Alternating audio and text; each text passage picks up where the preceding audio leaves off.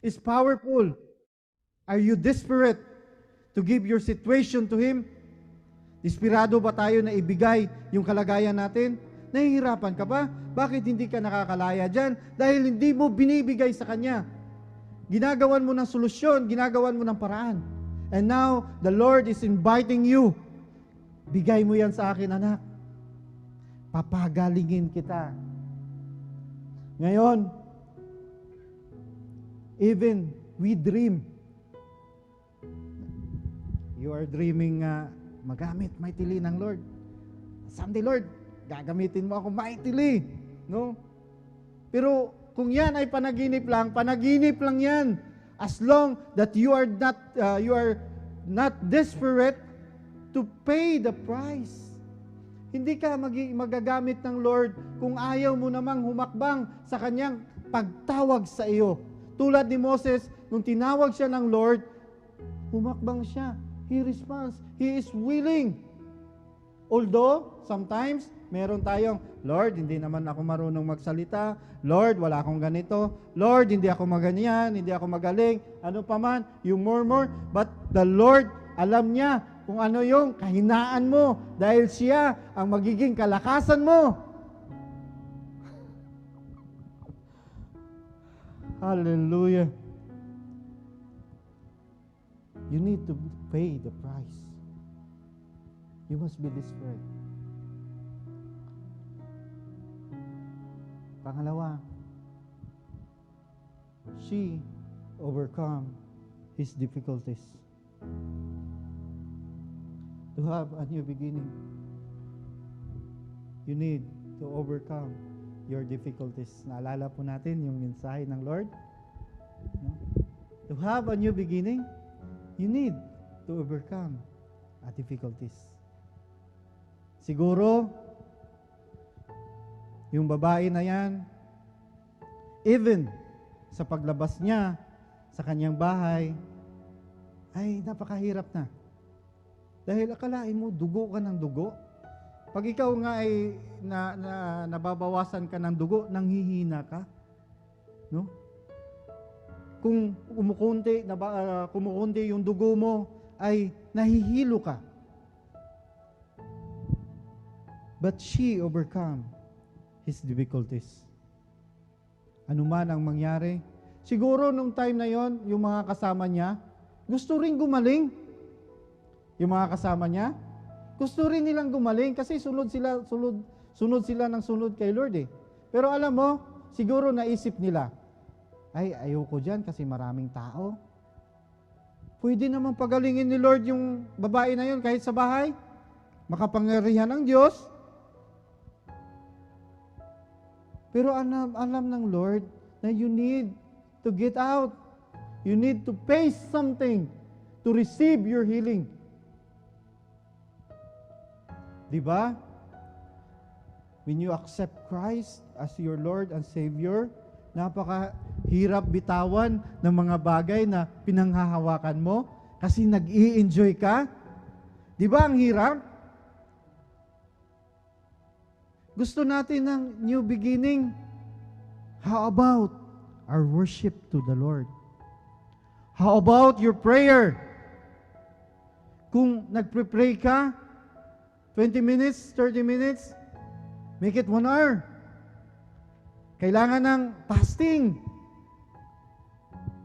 You need to pay the price. You need to be desperate. You need to overcome your difficulties. At alam natin, yung babae na yon ay gumaling siya. Sabi ng Lord, this is one of the verse na pinanghawakan ko nung aking misis ay nagkaroon ng cancer. Sabi ng Lord, manampalataya ka. Pinagaling ka ng iyong pananampalataya. Sabi ng Panginoon. Pero, yung time na yon, lumabas pa rin kami sa bahay, pumunta kami ng hospital, nagpa-check up kami. For what purpose? Para makita namin yung miracle ng Lord. You must do something. You must be desperate. At that time, nakita ko yung puso ng misis ko. How she cry out to the Lord. She's so desperate to be healed. Sabi niya, maliliit pa mga bata natin. Gusto ko pang mabuhay. Nakikita ng Lord yan. What is your situation right now? Ikaw ba'y nahihirapan sa mga bagay na ito? You need to come to the Lord. Huwag mo nang antayin pa na lumagpas ang Diyos sa pagkakataong ito.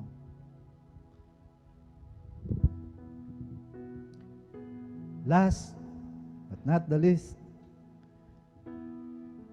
to start a new beginning. Ano nga yung una? Bago tayo mag-forward sa pangatlo. To start a new beginning, you must be like Moses, who is willing. Pangalawa po, ano nga yung pangalawa? Sabi po dito, be willing to pay the price. To have a new beginning, we must willing to pay the price. At ang panghuli po, to start a new beginning, yan, we must be willing to have a right connection. Beware of a wrong companion. To start a new beginning, kailangan po natin mga kapatid ng right connection. Dalawa lamang yan. If you have a wrong connection, then you have a wrong output. If you have a good connection, then you have a good output. Dalawa lamang yan. Makikita natin yan mamaya. Sabi po sa 1 Corinthians 15:33, don't be fooled by those who say such things. For bad company corrupts good character. Basahin nga po natin ulit. Don't be fooled by those who say such things. For bad company corrupts good character. Naranasan ko po ito. Isa sa mga naging nag-udyok sa akin na kung saan ay magpasa ng exit letter is si Murad. Everyday siyang nagsasabi sa akin, last ko na tong taon na to, uuwi na ako, ganyan. Puro negative. Pinapakinggan ko naman. Ngayon, nagulat ako na yun na rin yung naging isipan ko. Yun na rin yung naging isipan ko. Oo nga, makauwi na nga. Kasi kaya, sabi ko, naging totoo to sa akin. Yung part na to. Kaya nga, be willing to have a right connection. Kaya, ini-encourage tayo ng ating mga pastor. Ini-encourage tayo ng ating mga brothers na dumalo tayo sa mga gawain. Kasi, minsan, instead na nasa gawain po tayo, ay iba yung sinasamahan natin. And it is a reminder for us, kasi kung andito tayo, we have the right connection and the right companion. Don't waste your time to those company who can corrupt your character. Dati, pagkakasama-kasama ko palagi si Brad Bernard, na malaging madaldal sa Panginoon, palaging madaldal ka rin. Nung si Brad Noah ay kasama natin, grabing active din. Tingnan nyo, yung nagiging impact ng mga kasamahan natin. So, as a Moses, all of us here is a Moses, we must be a good connection. So that, if someone will come to us, instead, we can corrupt them, but they can encourage them. Amen? Sabi dito, sa Exodus, no? 12:38. Yan. Ito yung sinabi ko ni Brad Art. No? Ito yung time na nagmumurmur ang mga taga-Israelites. Sabi niya dyan, many other people. Sabihin nga po natin, others. Many other people went up with them, as well as a large droves of livestock, both flocks and herds. Sa Tagalog, para maging malinaw, marami ring mga dayuhan ang sumama sa kanila at marami silang dinalang hayop. So it means, nung lumabas sila sa Egypt, hindi lamang Israelites yung kasakasama nila. May mga dayuhan, which is in NLT translation, it was been called rabble, or of non-Israelites. Rabble. Sabi dito, kaya nagmumurmur ang mga Israelites because they were corrupt by this rabble. Sino yung mga rabble ng buhay mo ngayon that corrupts you in your service to the Lord? Who's those rabble? Sino yung mga rabble sa buhay mo ngayon? Na in spite, they will lift you up, they will pull you down. Malalaman mo yan. Kaya nga, one of our brothers, wala dito, he encouraged us to sanctify ourselves and go back to our communion to the Lord. Kailangan natin na ibalik yung mga secret place natin instead of going to this rubble. Tingnan natin. Numbers 11:4. The rabble with them began to crave other food. And again, the Israelites started wailing and said, if only we had meat to eat. May mga grupo ng dayuhan na sumama sa mga Israelita na naghahanap ng mga pagkain gusto nilang kainin. Kaya nagreklamo pati ang mga Israelita. Sabi niya dyan, kung makakakain man lang sana tayo ng karne. Sa 5, noong naroon tayo sa Egypt, bigla silang nag-look back sa kanilang nakaraan, which is there is a danger in looking back. Sabi niya, nakakakain tayo ng mga libreng isda at ng mga pipinong milon, sibuyas at mga bawang. Sabi sa 6. Pero dito wala tayong ganang kumain, puro mana lang ang ating kinakain. Kalain mo. Imagine, pag nakakakain sila ng cucumber, melon, leeks at onions and garlics, pinaghihirapan nila. They are been slave para makakain lang sila nun. Pero doon sa wilderness, nahuhulog na lang yung mana, dadamputin na lang nila, pero nagrereklamo pa sila. Kaya minsan, ano ang nais ipakita ng Lord? Nararanasan mo na ang kabutihan ng Panginoon. Nararanasan mo na ang provision ng Lord. Pero sometimes, because of those rubble, natatanggal, natatabunan yung paningin mo na yon.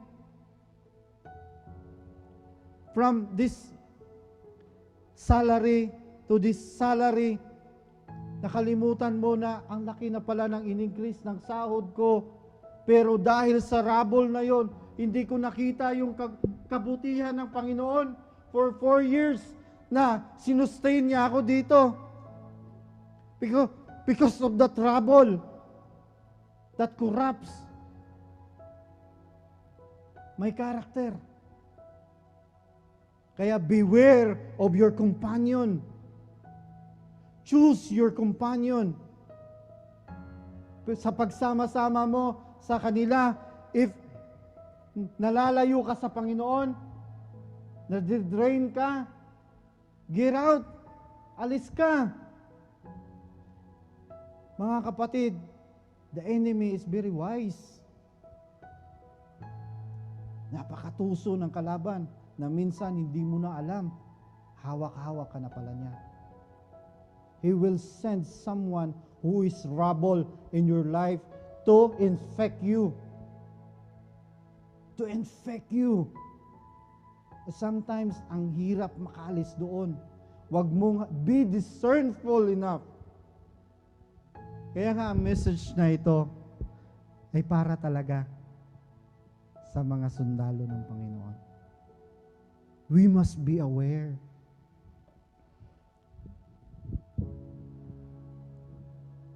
To start a new beginning, we need to have a good companion. Choose wisely. Choose wisely. Hindi dahil mabait siya sa iyo,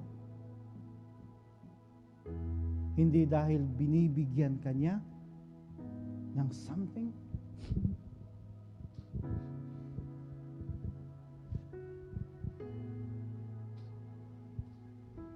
hindi dahil close kayo dati. If itong pagkakataon na ito, itong tao na to, he will be like a rubble to you, then decide it right now. To start a new beginning, you need to have a good connection. Remember, the 12 disciples, they're just ordinary people. Ano nga sila? Mangingisda, tax collector, no? They're just only ordinary people. Like us. We are just only an ordinary people. Ako, lasinggero ako dati. Lahat ng bisyo meron. Pero ngayon, glory to the Lord, ginagamit ng Panginoon para tumayo as a vessel who is willing. And now,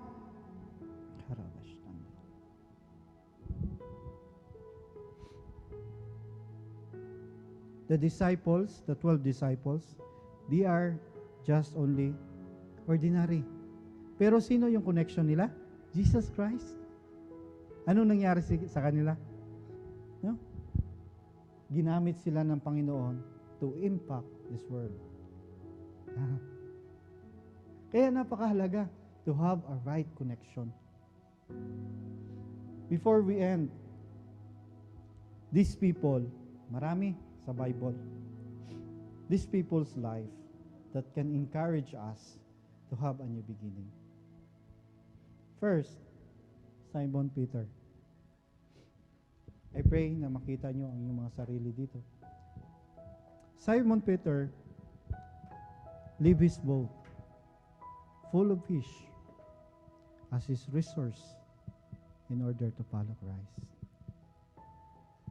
Are you Simon Peter? Ikaw ba yun? Pangalawa, to start a new beginning, we will see Zacchaeus. Zacchaeus lang yung nailagay ko. Zacchaeus, he climbs sycamore tree, sells his property, and gives to the poor. To start a new beginning, we will see Paul. Paul surrendered to God and faithful until his last breath.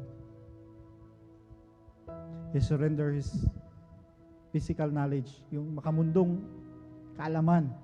Kasi sabi niya, lahat po yun ay basahan lamang sa harapan ng Panginoon. To start a new beginning, you need to give up something. His pride. If you want a new beginning, give up your pride to the Lord. Give up something na property na iniingatan mo sa buhay mo, sa puso mo. Leave this boat full of fish. Dahil alam mo na mas marami pang ibibigay si Lord sa iyo. At mas mahalaga for a new beginning to follow Christ. And last, Jesus Christ. Jesus Christ died on the cross so that we will have eternal life. And it is our new beginning. He sacrificed everything. even His position on heaven, so that we will have a new beginning.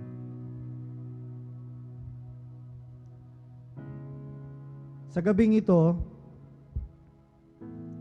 we cannot start a new beginning if we will not surrender something. Sabi nga, nung pinag-aaralan po namin ang repentance is a change of direction, a change of heart, a change of mind, and looking to Jesus Christ. You cannot start a new beginning when na alam mo na meron kang dapat isuko sa Panginoon. Because you cannot turn back, and you cannot change direction, and you cannot change your heart, and you cannot change your mind.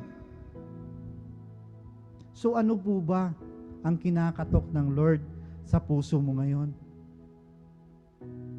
Brad Jay, bigay mo na yan sa akin. Nakikita ko ito.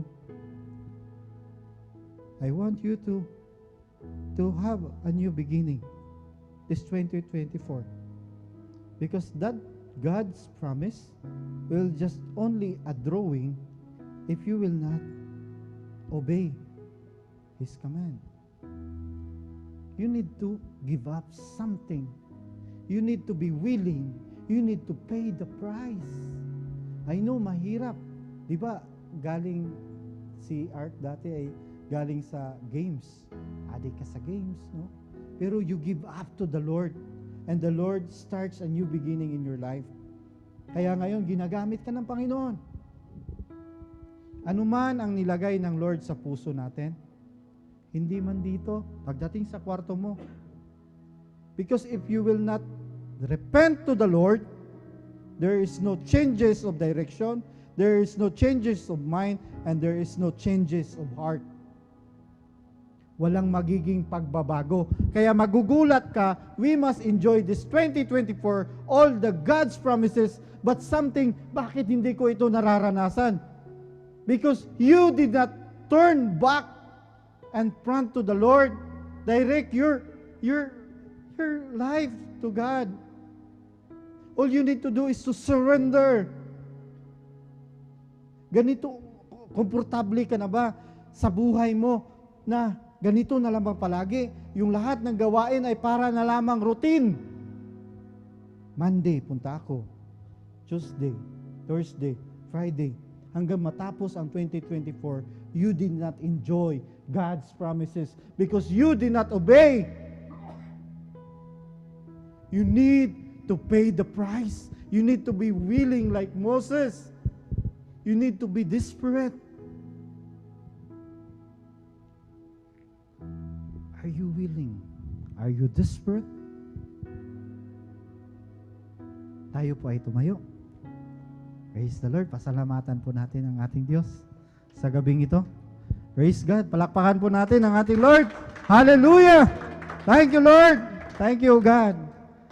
Hallelujah. Purihin ka, Panginoon. Napakabuti niyo po, Diyos. You remind us tonight, O Lord, to have a new beginning, O God.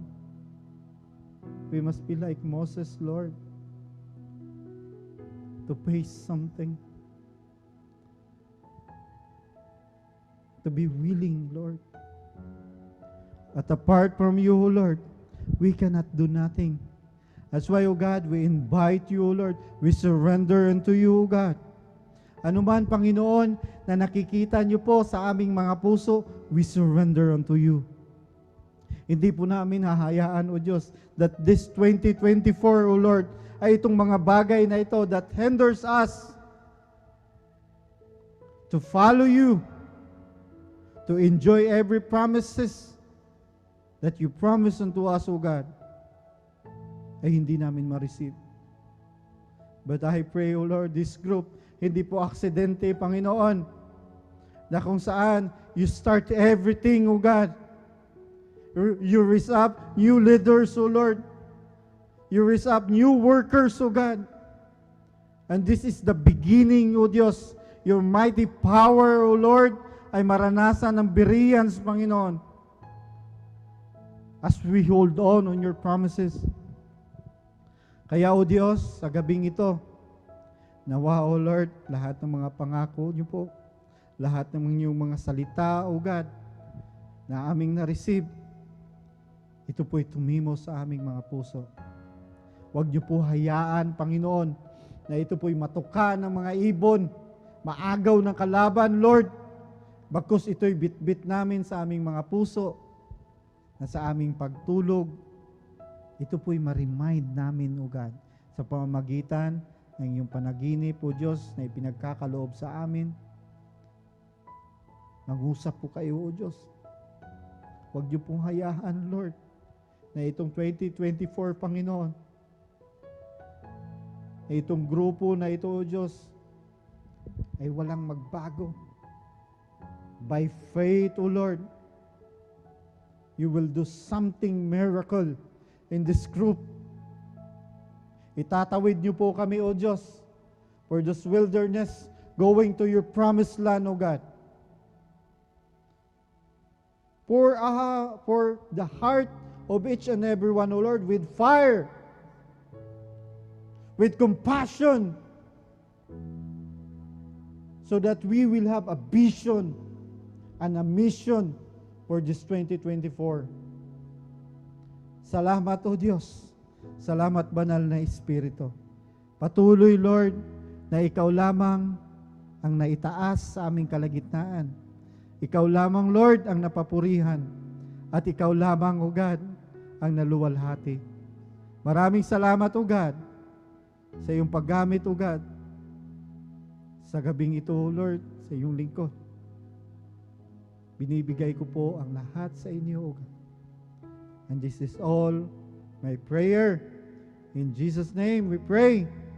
Amen and amen. Praise the Lord.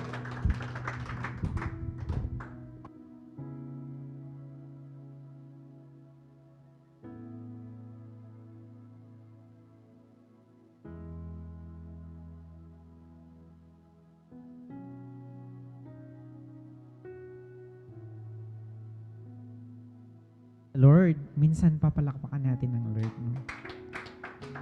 We are so blessed in this group. God wants us to have a new beginning. Amen. Na hindi na maulit yung 2023. A very simple message, but it's powerful. Sabi niya nung una, paano daw natin may enjoy yung God's promises this 2024. Unang-una, meron siyang commandments. We must obey the commandments of our God and the condition. Tapos, binigyan niya tayo ng kung paano yung kahalagahan for a new beginning. Dapat willing ka as a vessel like Moises. Amen? Moises is a person, sabi nga, is fat.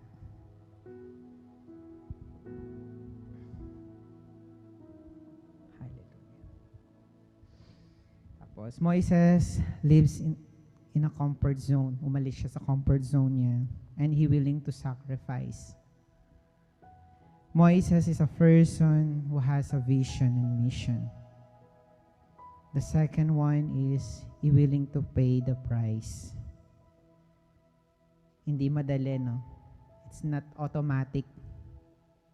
You need to pay the price. And gaya ng balo, she is desperate, but she overcome his difficulties. And the third one is willing to have right connection. Dapat magkaroon tayo ng tamang connection. Maging sensitive tayo, no, kung sino yung mga sinasamahan natin. Para yung God's promises ng Lord, no, ay maranasan po natin. Sabi nga, therefore, kinunclude ng ating Panginoon, that if you are in Christ, you are a new creation. The old has gone, and the new has come. Praise the Lord. Amen? Palakpakan muna natin ang Panginoon muli. Bago tayo po ay susunod sa pagpapatuloy po ng ating gawain sa Panginoon, muli tayo ay makikinig ng kanyang salita, encouragement bilang sa pagbibigay sa tithes and offering. Tinatawagan ko po, palakpakan natin ang Panginoon sa buhay po ni Brother Norbert Capuno. Amen.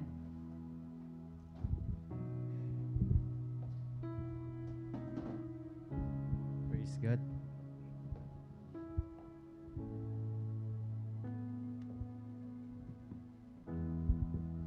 Muli isang mapagpalang gabi po sa ating lahat, lalong-lalo na sa ating Diyos na buhay. Are you ready for a new beginning? Are you ready to enjoy the God promises? So napakaganda po nga, simple lang yung isang mensahe pero ang dami nating nag-grabs. So sabi nga niya, obeys command and condition.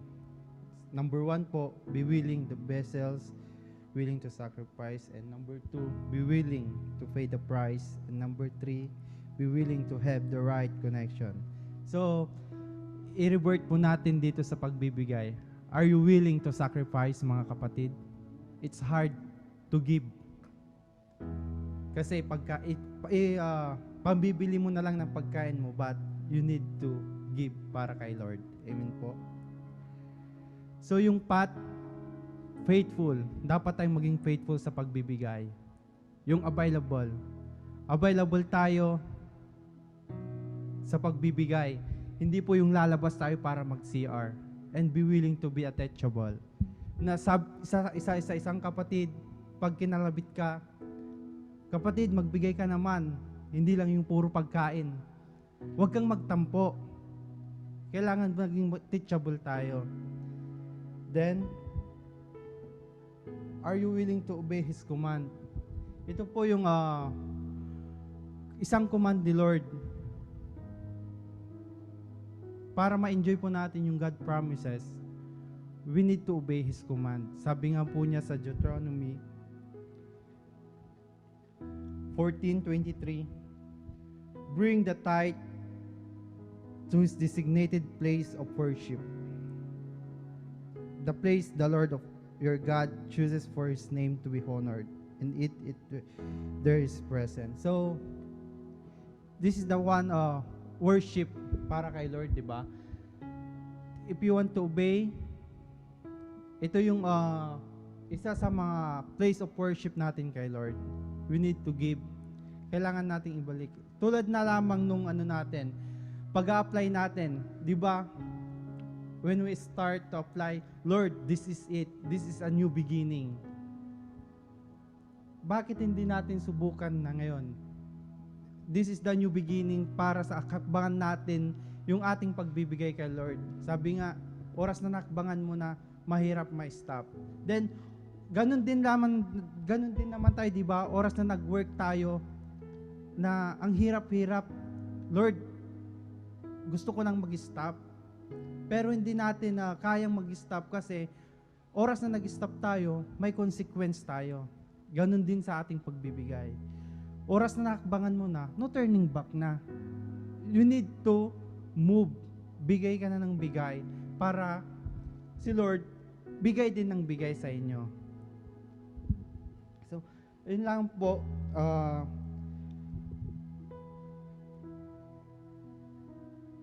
We will not start the new beginning po if you're not obey His command. Hindi ka po makakapag-start ng new beginning kung hindi mo po hakbangan yung kino-command ni Lord. Pag nag-start ka po ng new beginning, hindi lahat po ng promises ni Lord hindi niya kayang i-break kasi this is the law of the Lord. Amen po. So, yun lang po, sana may mag-rema po sa inyo. Glory to God po.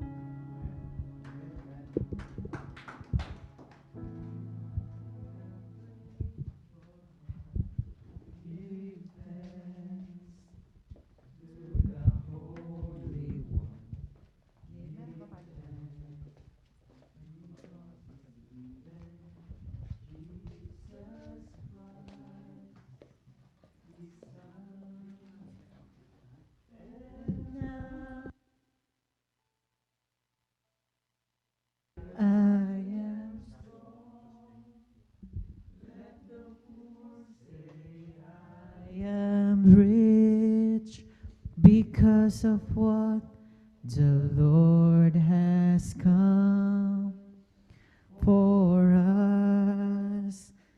Give thanks. Tayo po ay tumayo. At pasalamatan po natin ang Panginoon sa mga pagpapala na patuloy na pinagkakaloob niya sa ating mga anak niya, Panginoon. Hallelujah.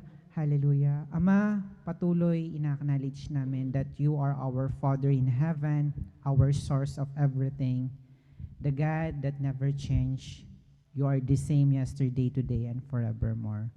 Patuloy, Lord, napakabuti mo at patuloy na tunay na ikaw ay dakila sa iyong mga anak na patuloy na binubuhos mo ang pagpapalang nagmumula sa iyo, O God.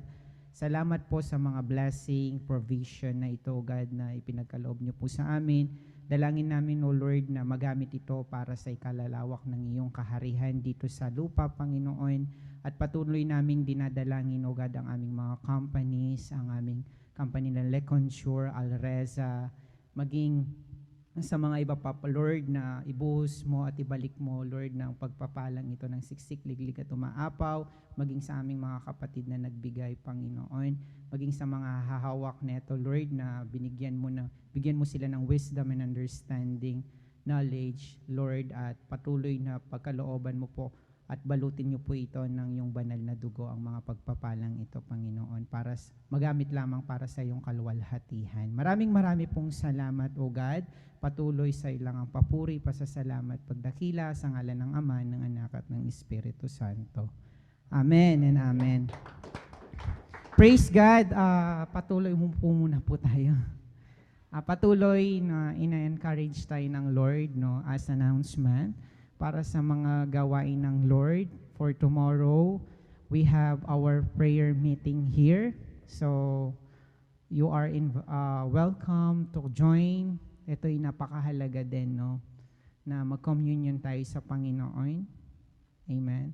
It's a new beginning. Kung dati hindi mo kayang bumangon, narinig mo yung word ng Lord, it's a new beginning. You need a sacrifice para makita at ma-enjoy natin ang promises ng Lord. You need to pay the price. Amen. Maging sa Thursday, God is encouraging us to join our prayer intercessory in this place. And maging sa Friday, no? Kung wala man kayo may pasok, you have the connect for the Zoom, via Zoom. Amen. Ina-encourage tayo ng Lord to sacrifice for His glory. Meron pa tayo? Yun lang po, no? At patuloy, tinatawagan ko po ang ating closing prayer, si Brother John Nard, to close this.